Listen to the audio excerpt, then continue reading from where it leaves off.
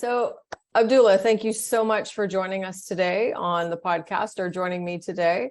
It's really great Pleasure. to have you here. And like we were talking before we started recording, I've known you for quite a few years now.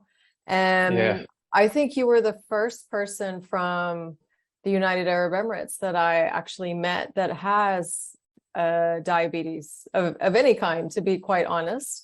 And I've always appreciated how you shared your experiences and talked about it openly, because I think it's quite motivating for a lot of people to hear from someone else what that is like, and especially when there's not a lot of people sharing. So why don't, for those of you that don't know you, let's start from the beginning. Why don't you introduce yourself, tell us a little bit about your experience with diabetes. How old were you when you were diagnosed? And we'll take it from there. Okay. Thank you, Pam, for hosting me on your podcast. So my name's Abdulla Al Hashidi, and I live in Abu Dhabi in the United Arab Emirates. Currently, I'm 31 years old, and you know, uh, if I'm not mistaken, I think I've had diabetes for about 13 years. I've stopped counting the years since I've been diagnosed. And you know, um, living in the United Arab Emirates, and um, in the region in general, I've always wanted more people who've had type 1 diabetes to to come together. And I've never seen people or families being vocal about type 1 diabetes, or any type of diabetes, to be honest, in general. And it kind of raised a red flag with me as the years have gone by, and then as I've started understanding how type 1 diabetes affects me, um, and that's when I started becoming more vocal about it, with starting with the hospitals. But I could never tend to bring people together, and that was always a challenge. But as I was getting to know families who had type 1 diabetes, it's it started dawning on me that type 1 diabetes wasn't a one shoe fits all. And it hasn't been without its challenges.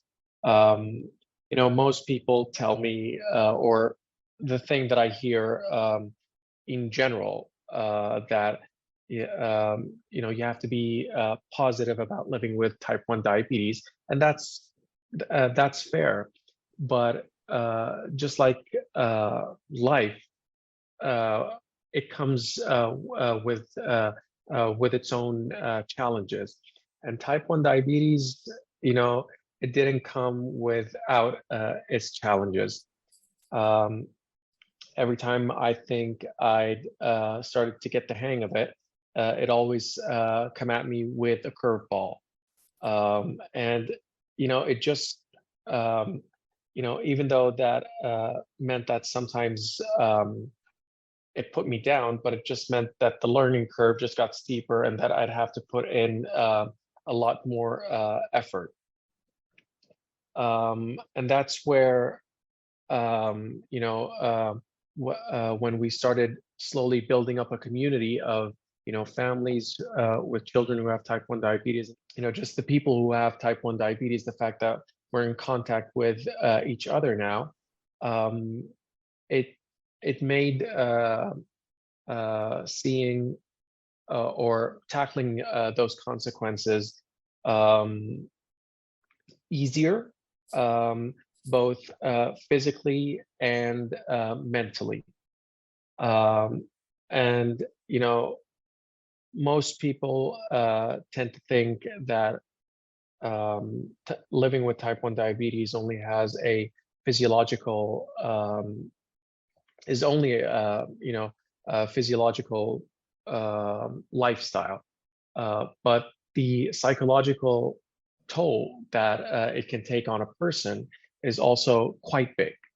And that's where having the support of individuals, communities, whether it's global communities, people from different countries, it plays a huge role in learning on how to live um, with uh, with type 1 diabetes, because as I mentioned, it's not a one shoe fits all. But the world is a big place. If you put out a message in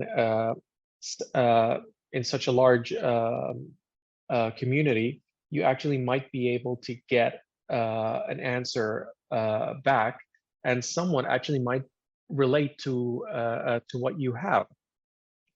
And that's where the psychological aspect also comes in, like, because you go, hey, I'm not alone, someone also is going through this, and maybe they have a different way of dealing with it, and that plays a huge role on how I've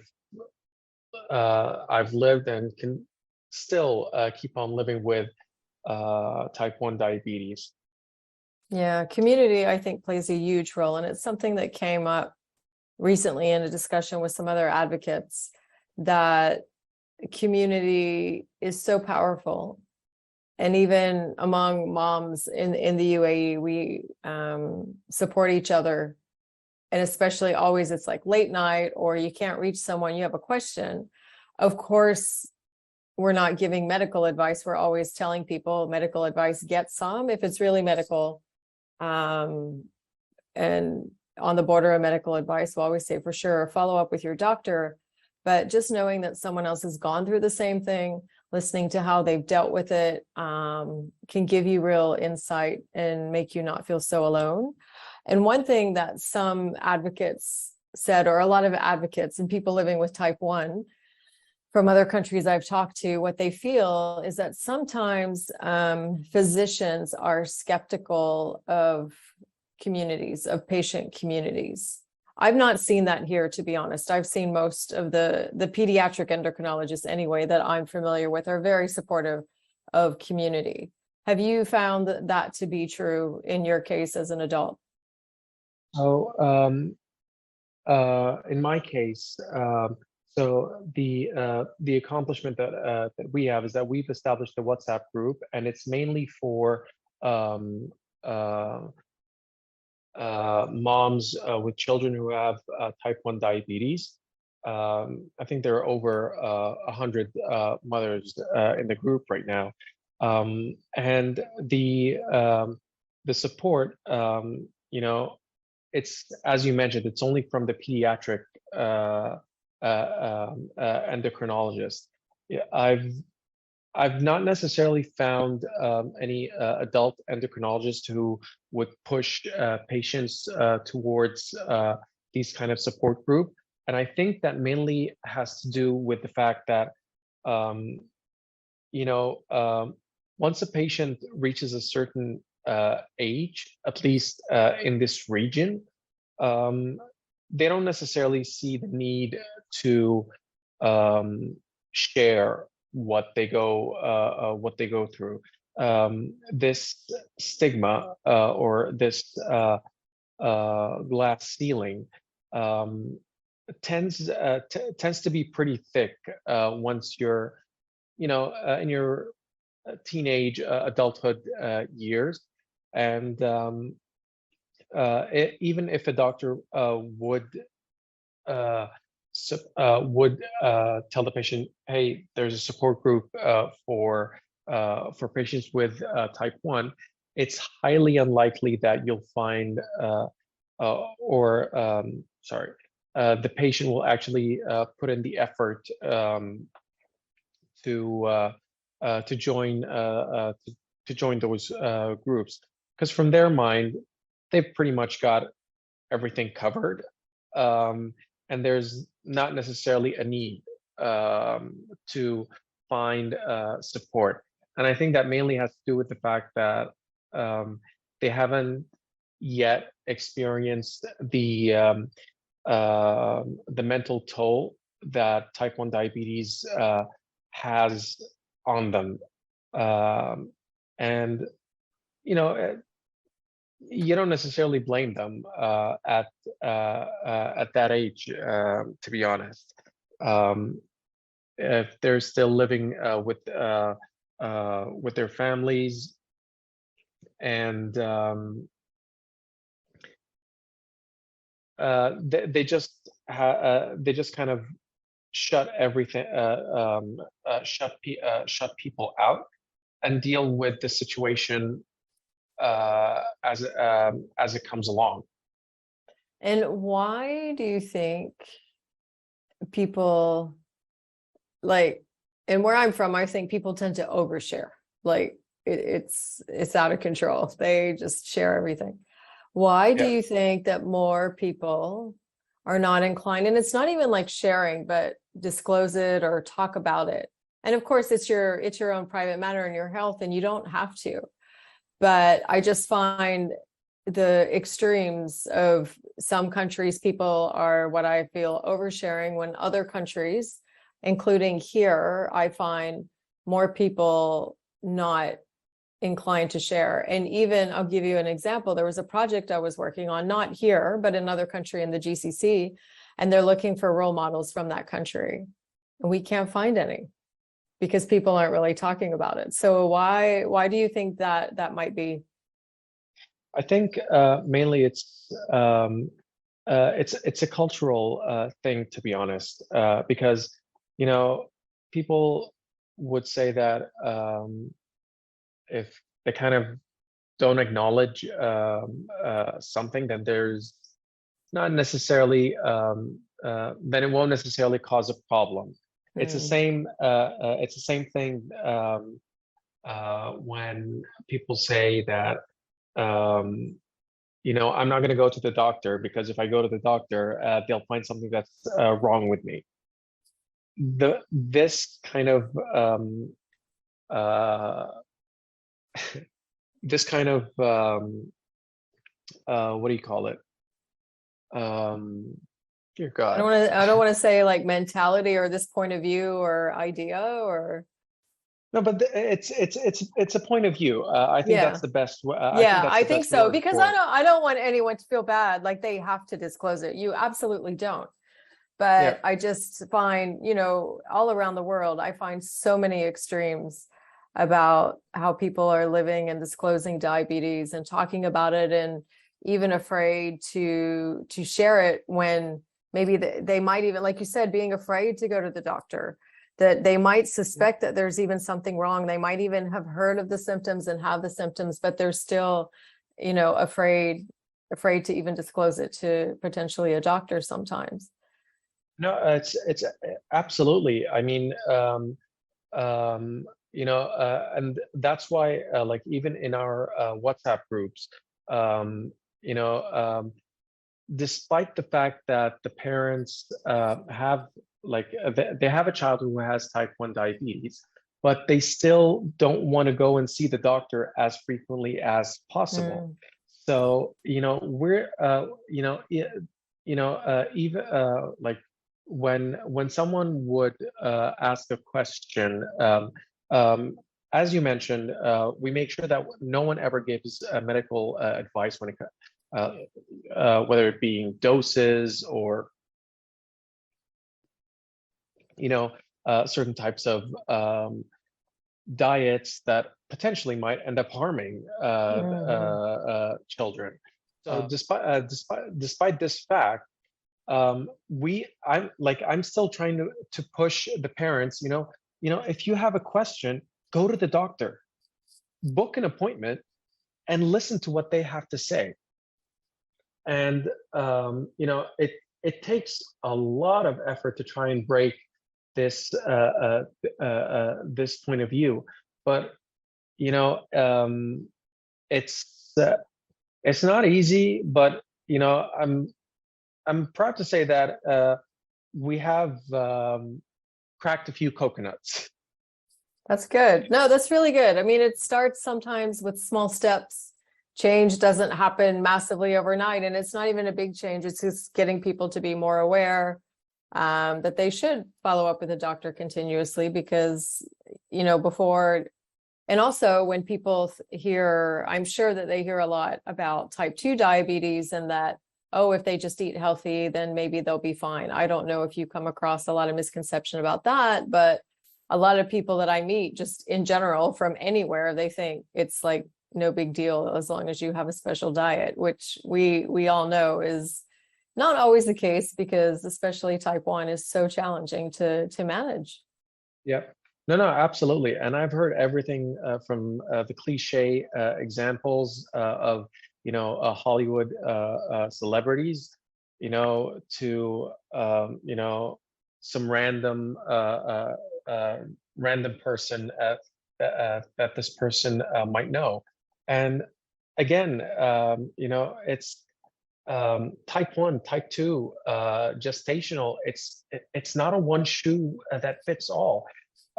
You have to see the doctor, and they'll give you the advice, and then you decide on how to tackle it in the way that makes you feel comfortable. So now that, you know, things are opened up a little bit, are you able to get out, exercise, and get back into your regular routine? So, kind of. I mean, there's despite the well control, you know,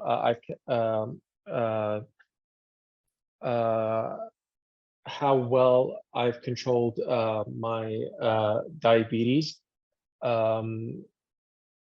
I've unfortunately started to come down with some side effects, and the most painful of actually one main side effect, and that's my peripheral neuropathy.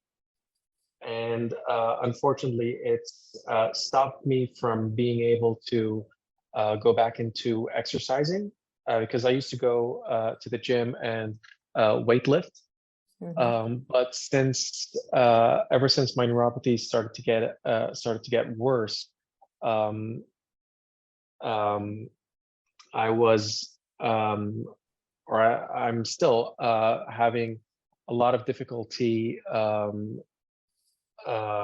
exercising as I as I used to. However, there has been an alternative that I found, and that's yoga. Oh, amazing. Yeah, and you know, I've always been a skeptic, to be honest, of yoga, but I've been having one-on-one sessions with my instructor, and the amount of help that it's had, that it's given me, both mental and physical, I can't even describe it. Granted, you know, because first of all, like when I'm exercising, I'm practically pain-free from my neuropathic pain. And once the session's over, I think for a couple of hours, that kind of keeps on going. But then the pain starts coming back, and I have to go back into my my prescribed medication. But I'm still working with my yoga instructor on how to learn on how to maintain that that mental state, to be able to keep me pain-free, because I don't want to be on pain medication for the rest of my life. Mhm. Um, Yoga has helped me remain flexible. So, just because one door closes in front of you doesn't mean that that's the end of the road. And I know it might seem that way. Believe me, I do, because there are still certain times I feel that all doors are shut. But if you're patient and um, just learn that tomorrow really is another day, you'll actually see um, uh, that there is a positive outlet uh, as you keep on going. Amazing. That's wonderful advice. I love that. And for anything, of course, I'm sorry to hear that you're experiencing neuropathy and these challenges. I'm glad that you found yoga. I think yoga is amazing. And what kind of yoga do you do, or is it kind of a hybrid mix of different things, or is it a particular Um, type of yoga? I honestly don't know if it's a certain type, but basically it starts off or at least we start off by doing some stretches, and then we move on into more challenging poses. And I didn't realize how hard it is, to breathe, actually, to learn how to breathe um, uh, uh, through the pain of certain poses, and that actually comes a long way on teaching you how to actually on how to live your day every day. That's true. I agree. Yeah. I'm a big fan of yoga. I used to do it more than I do now, but I was in the best shape of my life when I was doing yoga regularly. I can't recommend it enough, and I'm just so happy to hear that you found it, and then as an alternative for something that you can't do right now at this time, but that it's really helpful, and you're still finding strength physically and mentally through that. I think is really wonderful. I think more people should try yoga, actually. So Yeah. hopefully they'll No, be inspired. I mean, my advice for all the skeptics, if you are a skeptic of yoga, believe me, just give it a shot. Don't Um, be. I just did the Ashtanga primary series actually yesterday for the first time in a very long time. And I'm very sore today, as if I had like a full heavy physical weight workout. Sore in a good way, but it will challenge you in so many different ways, I think, that you never thought were possible. yeah, and you'd actually be surprised on knowing the actual strength that you have in your body. I mean, there are certain poses that I didn't think that I'd be able to pull off, but I was able to do some of them either on the first try or on the second try, and it felt great. It gives you um, just that real good feeling of happiness. Amazing. That's wonderful. I love that.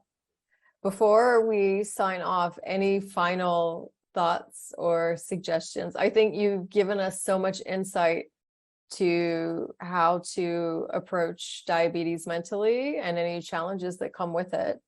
But before I leave, because I think this has been such a very interesting discussion from your point of view, anything else that you would like to share?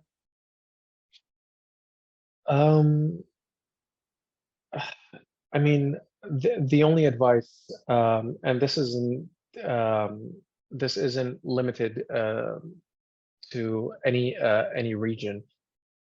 If if you need help, ask for it. Just make sure you find the right outlet and the right people who will, be honest, who'll be actually honest with you.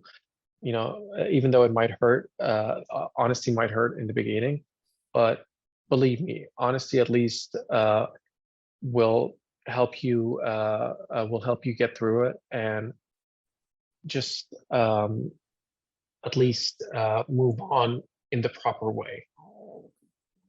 That's That wonderful. would Yeah, that would be the only advice that I have. I love that. Yeah. Never be afraid or ashamed to ask for support. Yeah, exactly. Excellent. All right. Abdullah, thank you so much for joining us for this discussion. I My really pleasure. appreciate it. Thank you. All right.